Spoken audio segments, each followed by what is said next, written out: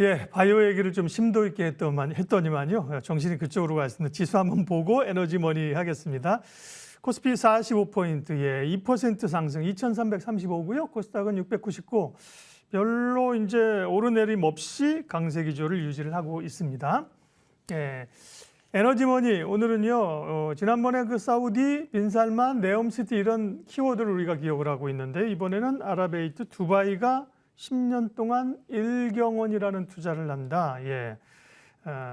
두바이 투자 관련된 얘기들 오늘 집중적으로 하겠습니다. SC 글로벌 센터 김선규 소장님 오셨습니다. 어서 오십시오. 안녕하세요. 사실은 중동의 변화의 바람 그 혁신적인 선구자는 사실 UAE 두바이잖아요. 예, 네, 두바이 당연히 가보셨죠. 몇 년 일했죠. 그러니까요. 저희도 그래서 두바이 한번 가보고 싶은 생각이 있어 못 가는데 네. 지난번에는 이제 빈살만의 비전 2030 프로젝트였는데 두바이가 지금 뭐 엄청난 규모의 투자를 한다는 카드를 꺼내 들었어요. 이게 무슨 의미입니까? 일단 그 중요한 게 그 두바이가 향후 10년간 해가지고 경제 어젠다를 만드는 건데 이제 아젠다 D33, 그 D33이라고. D33이라고 명명을 했네요. 예, 네. 이게 정확히 얘기하면 한 32조 한 8천억 디람 33조 8천억 디람 그러니까 거의 한 1경원 정도.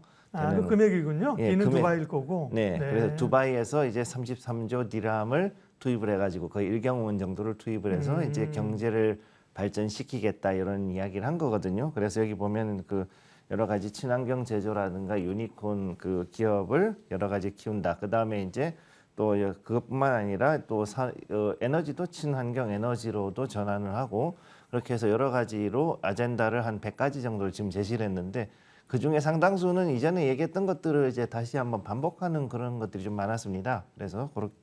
그래서 지금 보면은 이게 그 2010년대에 그 한번 그 두바이가 부동산 프로젝트들이 디폴트가 일어나면서 상당히 좀 큰 고생을 했었거든요. 그럼 그 당시에 이제 후퇴했었던 그 두바이의 상황을 이제 다시 타개하기 위해 가지고 이런 그 아젠다를 내놓고 다시 투자를 유치하게 됐다 이렇게 보시면 되겠습니다. 그 두바이 쪽에 이걸 발표한 부분은 이름이 깁니다. 셰이크 모하메드 빈 라시드 알 막툼. 네, 두바이 군주인데 예. 그 약간 그러면 그 중동 내에서도 사우디도 그렇고 서로 어떤 그 물론 이제 생존을 위한 거지만 약간 좀 경쟁이 되는 건가요, 국가들끼리? 지금 이제 GCC 국가들 그러니까 이제 그 아라비아 반도 쪽 예. 걸프에서는 크게 이제 사우디하고 그다음에 아랍에미레이트하고 그다음에 이제 카타르 이 세 나라가 보통 네. 거의 이런 부분에서는 경쟁을 굉장히 많이 하고 있고요. 예, 그래서 여기에 대해서 주로 뭔가 하나 화두를 내놓으면은 이제 뭐 내놓는 게 보통 두바이 그 아니면은 이제 카타르가 내놓고 예. 그러면 이제 이거를 실제로는 거대하게 만들어서 완성시키는 건 거의 사우디가 사우디에서. 이제 뒤에서 맡아가지고서 하는 네. 그런 형식으로 지금까지 해왔습니다. 카타르에 이제 월드컵도 있었고요. 많은 네. 노력을 한다는 거 알고 있습니다. 그동안에 이제 에너지를 석유 파서 사실은 부자가 된 나라인데 그걸로는 한계가 있다는 거를 새로운 리더들이 이제 깨달은 거죠. 그러면서 지금 나선 게 이런 대규모 인프라 투자를 하겠다는 건데 인프라 투자를 통해서 결국 이제 어떤 그림을 그리겠다는 거예요. 그 또 긍정적으로 볼 부분과 함께 또 회의적인 부분은 어떤 게 있습니까? 지금 두 가지 부분 같이 말씀해 주셨는데 박사님께서 여기 제일 중요한 게 일단 중동이 1990년대부터 해가지고 그 특히 90년대 후반부터 해서 미래 먹거리에 대해서 고민을 상당히 많이 했습니다. 예. 그 당시만 하더라도 사실 그 두바이는 지금같이 이렇게 개발되어 있는 게 아니라 완전 그 사막 한가운데였거든요, 사실. 예. 그랬는데 이거를 개발을 하겠다 해서 했던 게 지금 그 말씀하셨던 무함마드 알 막툼 이 셰이크가 이제 그렇게 했단 말이에요. 이거를 예. 그렇게 해서 지금까지 이끌어 왔는데 2000년대 초반에 이거를 도와줬던 게 그 우리 유가가 그 배럴당 100달러가 넘어가는 그 시점부터 해서 이 강력하게 인프라 개발이 들어가기 시작했습니다. 그래서 이 당시를 보시게 되면은 상당히 이제 우리나라도 많이 나갔었고 그런데 이 산유국들이 지금 그 상황에서 2010년대에 들어오면서 다시 이제 그 생각을 전환을 하게 되는데 그 방금 말씀하셨던 이 두바이 군주가 뭐라 그랬냐면은 지금은 우리 이전에 할아버지는 낙타를 탔는데 지금 나는 벤츠를 탄다. 근데 아마 내 손자는 어쩌면 다시 낙타를 탈지도 모르겠다라는 그런 이야기를 했었단 말이죠. 예. 그러니까 이거에 대해서 그러면 앞으로 4세대 먹거리를 위해서 무엇을 할 것인가를 이제 고민을 했습니다.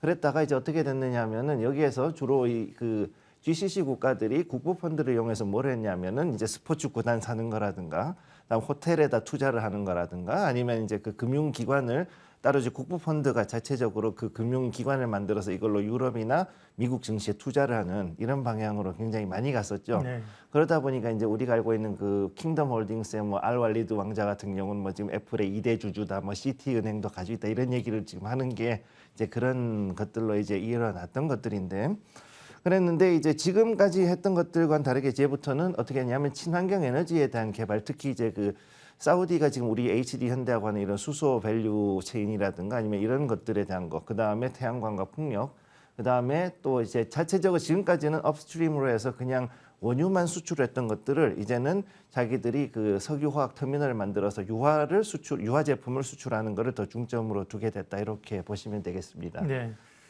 그러니까 이제 여기 실험에서 미래 발전에서 이제 중동이 성공할 것이냐, 세계 패권에 어떤 변화가 생길 것이냐는 이제 큰 사실 흐름들이고요. 우리로서는 이제 그런 생각보다는 당장 이 중동에서 이런 인프라가 설비 투자 붐이 있고 그러면 우리 기업들이라든지 제2의 중동 붐이 돼서 뭔가 좀 이에 따른 수혜가 있을까 하는 것들이잖아요. 기대감 네. 어떻게 보세요? 지금 조금 요거는 조금 냉정하게 봐야 되는 게, 네. 첫째는 우선 그 우리 2010년 후반에 이제 저유가가 상당히 많이 나왔지 않습니까? 일단 그 미국이 셰일 오일을 예. 너무 많이 퍼가지고 저유가 때문에 중동 산유국들이 지금 경제적인 타격이 크고, 특히 바레인 같이 좀 약한 나라들은 거의 뭐 그 정크 본드급으로 국채가 떨어지기도 하고 완전히 그 난리가 한번 났었거든요. 네.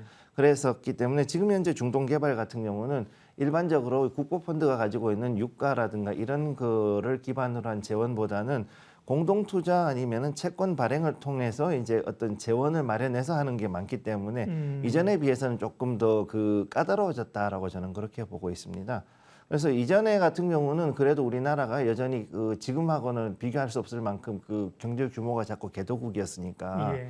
그래서 그 중동은 인프라를 개발하고자 하는 의지가 있었고 우리는 이제 달러에 대한 수요가 있었기 때문에 이게 굉장히 그 서로가 이제 필요한 부분이 맞아가지고 굉장히 큰 붐을 일으킬 수 있었는데, 이제는 그게 안 되는 상황이 왔거든요. 그러니까 이제는 앞으로 중동 건설 계약 관련 같은 걸 할 때는 이제 표준 계약서가, 국제 계획서가 있는데 이게 FD계라 부릅니다. 이런 것들을 가지고서 해야 되고, 실제로 아직까지도 그 이런 국가 간의 계약임에도 불구하고 그 유화 플랜트 같은 경우 아니면 이제 담수화 발전 같은 경우는 이 FD계를 안 따라가는 경우가 되게 많습니다. 그러니까 이 부분을 조금은 더 그 얘기를 잘 해가지고서는 좀 더 반영을 할 수 있도록 하는 그런 부분도 좀 필요하다, 이렇게 보시면 되겠습니다. 아니 뭐 자금의 조달이라든지 그런 어떤 공사 방식이나 규정 이런 거 뭐 당연히 정교해질 수밖에 없는 건데요. 뭐 그럼에도 불구하고 어떻게 자금 조달하든 간에 이게 공사를 하고 그렇게 된다고 하면은 뭐 인프라 투자를 하는 국내 기업들이라든지 수혜가 있을 수밖에 없는 거 아닌가요? 네, 수혜가 있는 건 맞는데 중요한 거는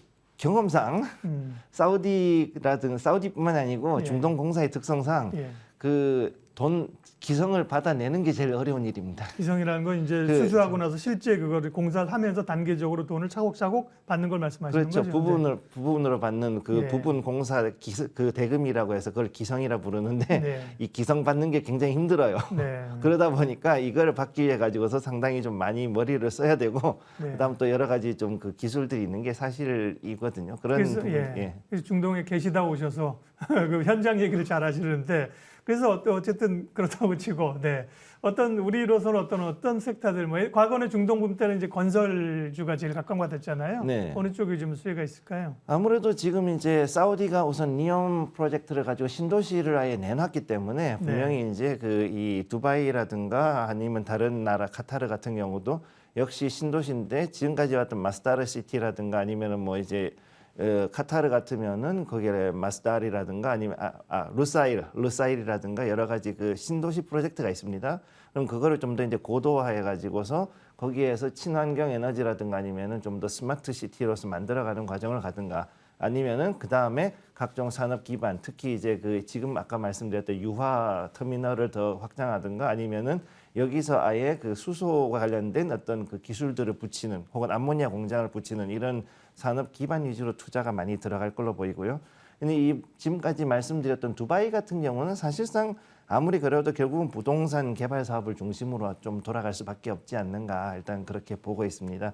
사실 이 두바이보다는 아부다비에서 뭘 한다 그러면은 그때는 정말로 그 유아 터미널이라든가 수소 터미널이 붙기 때문에 상당히 좀 중요하게 봐야 되고 예. 그다음에 어쨌든 지금 현재 상태에서 우리가 봤을 때는 이제 건설이나 건설 장비 그다음에 CM 건설 관리라 그러죠. CM 그다음에 태양광하고 풍력 이런 종류들이 앞으로 좀 수혜를 볼 것이라고 예상하고 있습니다. 네. 네옴시티 얘기는 시간이 되면 하고 일단 제껴놓고요. 네. 그러면 이제 지금 얘기되는 두바이 프로젝트 그다음에 중동 투자 관련해서 그러면 사실은 네옴시티도 그렇지만 한번 단기 테마가 주식으로 확 불었다가 꺼졌는데요. 네. 이게 없어지는 게 아니고 사실 시간이 걸리는 거잖아요. 그래서 그렇습니다.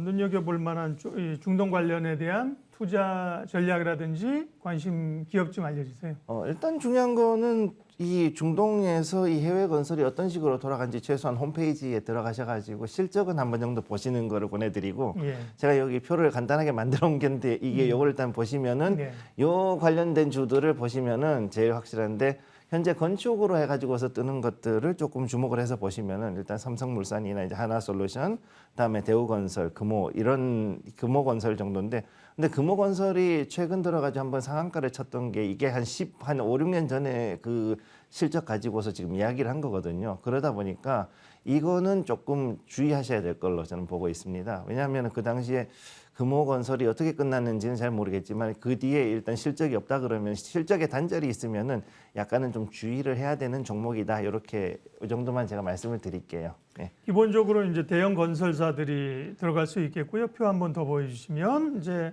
그런 인프라 건축보다 조금 더 가서 이제 건축이나 뭐 설계 이런 쪽으로 할 수 있는 기업들 말씀해 주셨고 특수 CJ 대한통운은 뭡니까? 요건 이제 그 동아건설이 예전에 그 리비아에서 대수로 공사를 했었는데 그렇죠. 그 동아건설이 부도가 나고 난 다음에 도산나고 난 다음에 이것이 대우건설에 갔다가 다시 이제 CJ 대한통운에서 다시 인수를 했거든요. 예. 그래서 지금 이런 부분으로 봤을 때 만일 그럴 리는 없겠지만 니엄에서도 특히 이제 그 이런 부분 했을 때 CJ 대한통운이 뜰 수 있을 가능성이 좀 있고 그다음에 또 이런 대수로라든가 이런 공사 같은 경우는 중동에서는 여전히 그 물기를 만들어내는 것, 특히 이제 지하수 개발 같은 데 있어가지고 굉장히 중요한 사업이기 때문에 이런 부분도 한번 정도는 챙겨보시는 게 나쁘지 않습니다.